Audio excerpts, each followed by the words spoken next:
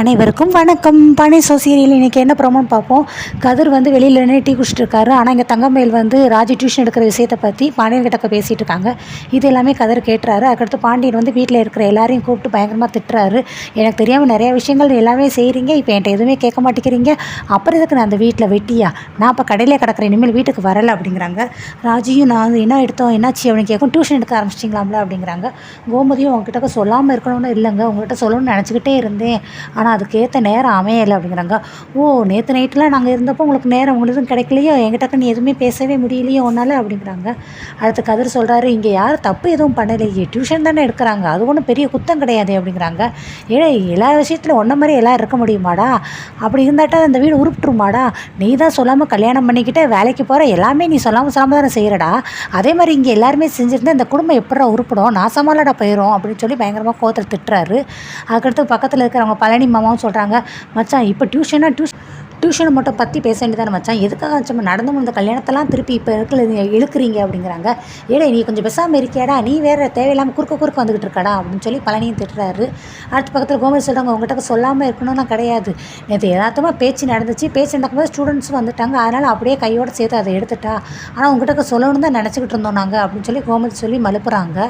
நீ நினச்சிக்கிட்டே இரு, ஆனால் என்கிட்ட சொல்லவே இல்லையே, நீ சொல்லாமல் அப்புறம் உங்கள் அப்பா நான் வந்து சொல்லுவோம் அப்படிங்கிறாங்க. எங்கள் அப்பா தான் இப்போவே இல்லையே, அவர் எப்போயே இறந்துட்டாரே மச்சான், இப்போ இதுக்கு இறந்து பண்ணி எங்கள் அப்பாவை பற்றி இழுக்கிறீங்க, எங்கள் அப்பா உயிரோடு இருந்து எங்கள் அக்கா இவ்வளோ கஷ்டப்பட்டுருக்கா, நானும் இவ்வளோ தூரம் கஷ்டப்பட்டுக்க மாட்டேனே அப்படின்னு சொல்லி பழனி சொல்லுவோம். டேய் ஒன்று அப்படி என்னதான் அது அப்படின்னு சொல்லி கோமா அதுங்கிறாங்க. உடனே ராஜ் வந்துட்டு, மாமா நேற்று வந்து பிள்ளைங்க வந்து கேட்டுச்சுக்க, நேற்று நல்ல நாள் ஏதாச்சு அப்படிங்கிறாங்க, நேற்றே ஆரம்பிச்சிட்டேன், உங்கள்கிட்ட சொல்லாமல் இருக்கணும் அவசியம்னா இல்லை மாமா, நேற்று நைட்டு சொல்ல நினச்சான், ஆனால் சந்தர்ப்பம் அதெல்லாம் என்னால் சொல்ல முடியாமல் போயிடுச்சு அப்படிங்கிறாங்க. ஓஹோ, சொல்லாமல் எல்லோரும் அவங்கவுங்க விஷயத்துக்கு முடிவெடுக்க ஆரம்பிச்சிட்டிங்களோ, ஏண்டி நீ தான் நேற்று நைட்டு என்கிட்ட தேவையில்லாத பற்றிலாம் அதிகமாக வாய் பேசுனியே, இது எவ்வளோ விஷயம் முக்கியமானது, இதை என்கிட்ட ஒரு வார்த்தையாக சொன்னியா நீ அப்படிங்கிறாங்க. நேற்று நைட்டு சொல்லலாம் நினச்சோங்க, பட் முடியல. சரி நேற்று தான் சொல்லலை, ஆரம்பித்து முடிச்சிட்டிங்க, ஆரம்பித்து முடிச்சதுக்கப்புறமே என்கிட்ட சொல்லியிருக்கலாம்ல, அதே யாருமே என்கிட்ட தான் எதுவுமே சொல்லலையே அப்படிங்கிறாங்க. கதிர் ஒன்றே சேர்க்க மட்டும் டியூஷன் ஆரம்பிக்க போகிறேன் ராஜி என்கிட்ட சொல்லி தான் ஆரம்பித்தா அப்படிங்கிறாங்க. ஓஹோ, உங்கள்கிட்ட சொன்னால் போதுமோ, அப்போ இது குறித்து சம்மந்தப்பட்ட முடிவு எல்லாமே நீங்களே எடுத்துக்கிறீங்களா, அப்போ நான் யாருடா, நான் எதுக்கடா இந்த வீட்டில் இருக்கேன், நான் இத்தனை வருஷமாக கட்டி காப்பாற்றி இவ்வளோ வருஷமாக நான் கஷ்டப்பட்டு தொழில் செஞ்சு இந்த குடும்பத்தை உருவாக்கியிருக்கேன், இந்த குடும்பத்தில் என்ன ஒரு பிரச்சனை எந்த ஒரு விஷயம் நடக்காது எனக்கு தெரிஞ்சுதான் நடக்கணும், எனக்கு தெரியாமல் மறைமுகமாக யாரும் செய்ய முடியாது, அப்படி யாருக்கும் செய்ய முடியாது சொல்ல முடியாது அப்படின்னா அவங்க பொண்டாட்டியை கூட்டிகிட்டு வெளியில் போங்க, நீங்களும் ஒரு வீடை கட்டுங்க, நீங்களும் உங்கள் இஷ்டத்துக்கு அதுக்கப்புறமா முடிவு எடுக்க ஆரம்பிங்க, போனால் போது பாவமே இருக்கட்டுமே அப்படின்னு சொல்லி வீட்டில் இருக்க வச்சா திமிரு ரொம்ப அதிகமாக தான் ஆகுது, அப்படி யாரும் இங்கே இருக்கணும் அவசியம் இல்லை, அவங்க பொண்டாட்டியை கூட்டிகிட்டு விட்டு வெளியில் போங்க அப்படிங்கிறாங்க. என்னங்க ஏன் இவ்வளோ பெரிய விஷயமாக்குறீங்க, டியூஷன் எடுக்கிற ஒரு சின்ன விஷயம் தானே, அதையே இவ்வளோ பெருசாக்குறீங்க, இப்போ கூட நானும் ராஜியும் டியூஷன் எடுக்கிறத பற்றி உங்கள்கிட்ட பேசணும்னு சொல்லிக்கிட்டே தான் நாங்கள் வந்தோம் அப்படின்னு சொல்லி கோமதி எவ்வளோ மேனேஜ் பண்ணுறாங்க. அதுக்கடுத்து பழனியும் சொல்கிறாரு, மச்சான் ராஜி கை செலவுக்கு ஏதாவது காசு இருந்துக்கூடுமே அப்படிங்கிறக்காக என்கிட்ட சொன்னதுனால நான் தான் டியூஷனுக்கு பிள்ளைகளை கூட்டிகிட்டு வந்தேன், பிள்ளைகளை பார்த்த உடனே டியூஷன் எடுக்க ஆரம்பிச்சிட்டான், மற்றபடி இதில் எந்த தப்புமே கிடையாது மச்சான் அப்படின்னு சொல்லி பழனி சொல்கிறாரு. கடையில் வேலை பார்க்குறக்கு வழியை காண இதில் டியூஷனுக்கு ஆள் சேர்த்து விடுறீங்களோ ஆள் அப்படிங்கிறாங்க.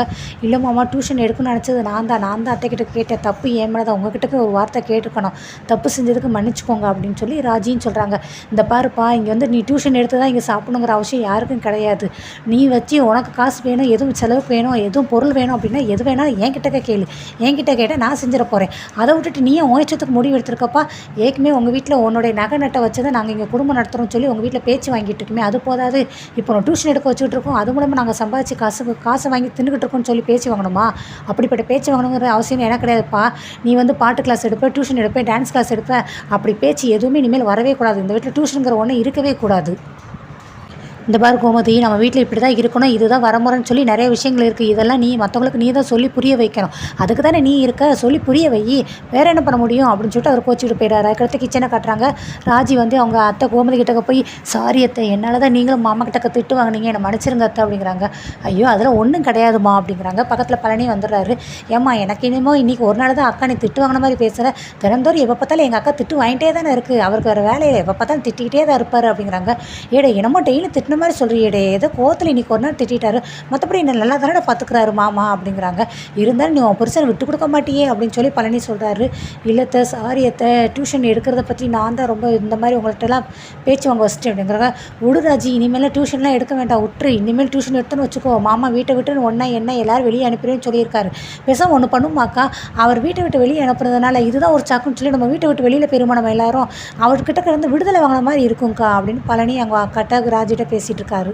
டேய் உனக்கு எல்லாமே காமெடியாக போச்சு என்னடா உன்னை வச்சுக்கிறேன் அப்படின்னு சொல்லி அவங்க கோமதி வந்து பழனி அடிக்கிறாங்க. பின்ன என்னக்கா மாமா அப்படி தானேக்கா பேசுகிறாரு அப்படிங்கிறாங்க. இம்மா ராஜி பேசாமல் விட்டுருமா, நீ டியூஷன் எடுக்காமல் விட்டுரு அப்படிங்கிறாங்க. அவருக்கு திருப்பி கோமதி சொல்கிறாங்க, இடையே அவர் கோவத்தை தான் ஏதாவது பேசுவார், ஆனால் அவர் சொன்னது நியாயமாக தானே இருக்குது. இப்போ ராஜியை டியூஷன் எடுக்க வச்சு தான் நம்ம எல்லாம் சாப்பிட போகிறோம்னு சொல்லி அவங்களோட அண்ணன் எல்லோரும் அப்படி தான் தப்பாக நடப்பாங்க, அதனால தான் அவர் வந்து கற்றுனாரு அப்படிங்கிறாங்க. இல்லத்தை அவர் கஷ்டப்பட்டு சம்பாதிக்கிறாரு வீட்டுக்காக, டெய்லியும் காலேஜ் போயிட்டு வந்து 11 மணி வரைக்கும் சம்பாதிக்கிறாரு. இதில் சனி ஞாயிறு வீட்டில் இருக்க மாட்டேங்கிறாரு, அப்பயும் சம்பாதிக்கிறாரு. அதெல்லாம் பார்க்க எனக்கு ரொம்ப கஷ்டமாக இருக்கும் லத்து, அதுக்காக தான் நானும் டியூஷன் எடுக்கிறேன், கைக்கு ஒரு காசு வரும்னு சொல்லி சொன்னேன் அப்படிங்கிறாங்க. ஏம்மா ராஜி, நீ இங்கே இவ்வளோ தூரம் பேசுகிறத இதை வெளியில் நீ மாமாட்ட பேசியிருக்கலாம்லம்மா அப்படின்னு பழனி சொல்லுவோம். இல்லை சித்தப்பா, மாமாவை பார்த்தா எனக்கு பயமாக இருக்குது, அவர் கோவத்தில் வேறு இருக்கார், கோவத்தில் தாம்புன்னு கத்துறாரு, அவர்கிட்ட எப்படி சித்தப்பா நான் இதெல்லாம் போய் பேச முடியும், அவரை பார்த்தாலே பயமாக இருக்குது அப்படின்னு சொல்லி ராஜி அழுகுறாங்க. அடுத்து வெளியே கதிர் இருக்கார், கதிர்கிட்ட போய் பழனி பேசுறாரு. டே கதிர், அப்பா கத்துனதை பார்த்துட்டு ராஜி ரொம்ப பயந்துட்டாடா அப்படிங்கிறாங்க.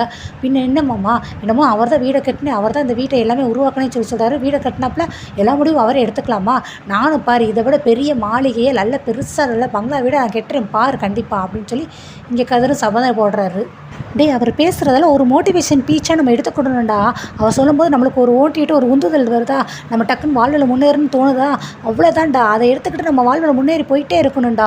உனக்காக ராஜிக்காக நீயும் ஒருத்தாள் சப்போர்ட்டாக இருக்கிறத பார்க்க ரொம்ப சந்தோஷமாக இருக்குடா, நீங்கள் 2 பேரும் நல்லா வருவீங்கடா, கண்டிப்பாக நல்லபடியாக முன்னேறுவீங்கடா நீங்கள் அப்படின்னு அவர் சொல்லிடுறாரு. பாரும்மா, கண்டிப்பாக நாங்கள் நல்லபடியாக முன்னேறி வருவோம் பாரு அப்படிங்கிறாங்க. அடுத்த ரூம் போகிறாங்க, ராஜி சோகமாக உட்காந்துருக்காங்க. எதுக்கு இப்போ இவ்வளோ சோகமாக உட்காந்துருக்கேன்னே, நான் எங்கே சோகமாக இருக்கேன், அதெல்லாம் இல்லையேனே, அதான் மூஞ்ச பார்த்தாலே தெரியுது, என்ன ஏன் இவ்வளோ சோகம் உட்காந்துருக்கு அப்படின்னு சொல்லி கதிர் ராஜியை கேட்குறாங்க. இல்லை டியூஷன் எடுக்கிறது அவ்வளோ பெரிய தப்பு அப்படின்னு. யார் சொன்னா, அதெல்லாம் அப்படி ஒன்றும் அவ்வளோ பெரிய தப்பு கிடையாதுன்னு, பின்ன மாமா டியூஷனே எடுக்க வேண்டானே சொல்லிட்டாரு, ஏன் அப்படிலாம் சொல்கிறாரு அப்படிங்கிறாங்க ராஜி. அவர் அப்படித்தான், அவர் எதையாவது சின்ன விஷயத்தை பெரிய விஷயமாக்குவார், பெரிய விஷயத்த ஒன்றுமே இல்லாமல் சின்ன விஷயம் மாதிரி போயிட்டே இருப்பார். ஸோ அவர் சொல்கிறதெல்லாம் நீ எதுவுமே கண்டுக்கிடாத, கண்டிப்பாக நீ டியூஷன் எடுப்ப சரியா, அதுக்கு கொஞ்சம் நீ வெயிட் பண்ண அப்படின்னு சொல்லிட்டு கதிர் போகிறாங்க. வெளியில் திண்ணையில் உட்காந்து மயில் வந்து பூ கட்டிகிட்டு இருக்காங்க. நான் உங்ககிட்ட கொண்டு சொல்லணுமே அப்படிங்கிறாங்க. என்ன தம்பி, சொல்லுங்கள் தம்பி அப்படிங்கிறாங்க. டியூஷன் விஷயத்தில் நீங்கள் எதுக்கு தலையிடுறீங்க, டியூஷன் விஷயத்தை நீங்கள் எதுக்கு அப்பா கிட்ட போய் சொன்னீங்க அப்படிங்கிறாங்க. என்ன தம்பி என்ன சொல்கிறீங்கன்னே, டியூஷன் சம்மந்தப்பட்டது ராஜியோடது, ராஜி வந்து பக்குவமாக அப்பாட்ட பார்த்து சொல்லுவாள், டியூஷன் எடுக்க போகிறவா ஆவா, இல்லை அம்மா வந்து பக்குவமாக நேரம் பார்த்து அம்மா வந்து அப்பா கிட்ட போய் சொல்லி சம்மதம் வாங்க போகிறாங்க. ஆனால் நீங்கள் ஏன் டியூஷனை பற்றி போய் பேசுனீங்கன்னே, நான் ஒன்றும் இல்லாத போய் பேசலையே தம்பி அப்படிங்கிறாங்க. நீங்கள் இல்லாத பேசுனீங்க நான் சொல்லவே இல்லை, நீங்கள் பேசுனீங்க, ஆனால் உங்களுக்கு அதுக்கு சம்மந்தமே இல்லையே.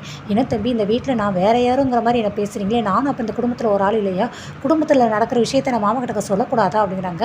நான் அப்படி சொல்லவே இல்லை உங்களையா, நீங்களும் சரவணன் கல்யாணம் பண்ணதுக்கப்புறம் நீங்களும் இந்த குடும்பத்தில் ஒரு ஆள் தான், ஆனால் டியூஷனுக்கு உங்களுக்கு சம்மந்தமே கிடையாது, அது ராஜி தான் சம்மந்தப்பட்டிருக்கா, அவன் விஷயத்தில் நீங்கள் போய் மூக்கம் நினைக்கிறது ஒரு பெரிய தப்பு. அவங்கவுங்க விஷயத்தை அவங்கவுங்க பார்த்துக்கணும், அடுத்தவங்க விஷயத்தை போய் தேவையில்லாமல் தலையிட்டு அதில் போய் நீங்கள் வந்து குழப்பத்தை ஏற்படுத்த வேண்டியதில்லை அப்படிங்கிறாங்க. என்ன தம்பி ஏன் இப்படிலாம் பேசுகிறீங்க, அப்போ நான் குடும்பத்தில் குழப்பத்தை ஏற்படுத்துகிறேன்னு நினைக்கிறீங்களானே, நான் ஒன்றும் அப்படி சொல்லலைங்க, அவள் விஷயத்தை அவள் பார்த்துக்கிடுவா, அவள் இதில் இனிமேல் நீங்கள் தலையிடாதீங்க, நான் இப்போ தான் கொஞ்சம் படித்து வேலைக்கு போய்கிட்டு இருக்கேன், நான் கொஞ்சமாக சம்பாதிக்கிறேன், இப்போ நான் பைக் வாங்கிக்கிறது என் ஃப்ரெண்டு கிட்டக்க தான், எனக்கு போய் பைக் வாங்கி கொடுங்கன்னு நான் எங்கள் அப்பாட்ட கேட்குறது அவ்வளோ நல்லது கிடையாது சரியா, அதை வந்து நான் கேட்கவும் மாட்டேன், எங்கள் அப்பாவும் அதை விரும்ப மாட்டார், ஆனால் கூடிய சீக்கிரத்தில் நானே சுயமாக சம்பாதிச்சு ஒரு பைக் வாங்குவேன், அதை பற்றி எங்கள் அப்பாவும் சந்தோஷப்படுவார், அந்த மாதிரி தாங்க எந்த ஒரு சம்பவமே. ஸோ அவங்கவுங்க விஷயத்தை அவங்கவுங்க பார்க்குறது ரொம்ப நல்லது, அதை தான் இப்போ நான் சொல்ல வந்தேன். அது எல்லாத்தையும் சொல்லிவிட்டு கதிர் வந்து நல்லா வாங்கிட்டாங்க. அதுக்கடுத்து நெக்ஸ்ட் மீனா செந்தில் காட்டுறாங்க, சென்னையில் அதே ரூமில் தான் இருக்காங்க அவங்க, மற்றபடி வெளியே எங்கேயும் போகல. இன்றைக்கி ஒரு சந்தோஷமான விஷயம் தெரியுமா என்ன அப்படிங்கிறாங்க. மீனா வந்து சொல்கிறாங்க, இன்றைக்கி வந்து மீட்டிங் வந்து நம்மளுக்கு மத்தியானம் வரைக்கும் தான், மத்தியானத்துக்கு அப்புறம் நான் ஃப்ரீ தானே, சூப்பர் நல்ல ஹாப்பியான நியூஸ் சொல்லியிருக்கேன், அப்போ நம்ம மத்தியானத்துலேருந்து நைட்டு பஸ் ஏறுற வரைக்கும் நம்ம ஜாலியாக சென்னையை சுற்றி பார்க்க போகிறோம் அப்படிங்கிற. இல்லை மத்தியானத்துலேருந்து கிடையாது, நீ எப்போ வேலை முடிச்சுட்டு வரையோ அப்போலேருந்து நைட்டு வரைக்கும் பார்த்தியா, நீ என்னை திருப்பி கிண்டல் பண்ணுறீங்களா, ஆமாம் நான் நினச்சதை தான் சொன்னேன், நீங்கள் எப்போ வர்றீங்களோ அப்போ இருந்து தான் அப்படிங்கிறாங்க. பாரு நீ சொன்னதுக்காகவும் நீ பேச்சுக்காகவும் நான் கண்டிப்பாக சீக்கிரம் வேலையை முடிச்சுட்டு சீக்கிரமாக ரூமில் வந்து இருப்பேன் பாரு அப்படிங்கிறாங்க. பார்ப்போம் அப்படிங்கிறாங்க. உடனே கால் வருது, இவர் அட்டன் பண்ணாமல் செந்தில் வந்து அட்டன் பண்ணாமல் இருக்காங்க. யார் அட்டன் பண்ண வேண்டியதானே அப்படிங்கிறாங்க. இல்லை அது கஸ்டமர் கேர் தான், வேண்டாமா நோயும் பயங்க அப்படிங்கிறாங்க. சரி நம்ம பிளான் என்னாச்சுன்னு பிளானை சொல்லுங்கள். இப்போ உங்கள் ஃப்ரெண்டுகிட்ட ஒரு ரெஸ்டாரண்ட் கேட்டிங்கன்னா அந்த ரெஸ்டாரண்ட்டுக்கு போகிறோம், அங்கே போய் நல்லா சாப்பிட்றோம். அடுத்து வீட்டில் மாமாவுக்கு அத்தைக்கு கதிர்க்கு ராஜிக்கு அரசிக்கு உங்கள் சரவணன் அண்ணனுக்கு உங்கள் நொன்னி தங்கமயில் அவங்க எல்லாருக்குமே ட்ரெஸ் எடுக்கணும் சரியா அப்படிங்கிறாங்க. பிளானெல்லாம் நல்லா தான் இருக்குது, சுற்றி பார்க்கலாம் எல்லாத்துக்கும் போகலாம் தான், ஆனால் நான் கொண்டு வந்து 1000 ரூபாய் எப்படி எல்லாருக்கும் ட்ரெஸ் எடுக்க முடியும்னே, ஐயோ அதில் வேறு நேற்று வேறு 200 ரூபாய் செலவாயிடுச்சு அப்படிங்கிறாங்க. ஏன் இப்படி இருக்குது எதுக்கு இங்கே காசெல்லாம் ஒரு விஷயமா, என்கிட்ட காசு இருக்கல, இப்போ யார் காசு செலவழிச்சா என்ன, நம்ம ஹாப்பியாக என்ஜாய் பண்ணுறோம் அவ்வளோதான் சரியா அப்படிங்கிறாங்க. ஓகே ஓகே வா கிளம்பலாம் அப்படிங்கிறாங்க. சரி திருப்பி கால் வருது, திருப்பி அட்டன் பண்ணி பேச வேண்டியதானே, கஸ்டமர் கேராக இருந்தால் என்ன ஏதுன்னு கேட்டு திட்டி விட வேண்டியதானே. இல்லை அதெல்லாம் தேவையில்லை, நான் பார்த்து பேசிட்டு வரேன், நீ வா கிளம்புனே. சரி பேசிகிட்டே வாங்க, கதவை பூட்டிடுங்க மறக்காமல் அப்படின்ட்டு அப்படியே வராங்க. கடைசி ஃபோனை பார்த்தா பாண்டியன். இன்றைக்கி பாண்டியன் என்ன இவங்களுக்கு ஆஃப் வச்சிருக்காரோ, கடைசி 2 பேரை சுற்றி பார்க்க விட்றாரோ விடலையோ அப்படிங்கிறத நம்ம நாளைக்கு பார்க்கலாம். ஸோ மறக்காமல் நம்ம சேனலை சப்போர்ட் பண்ணுங்கள். தேங்க்யூ.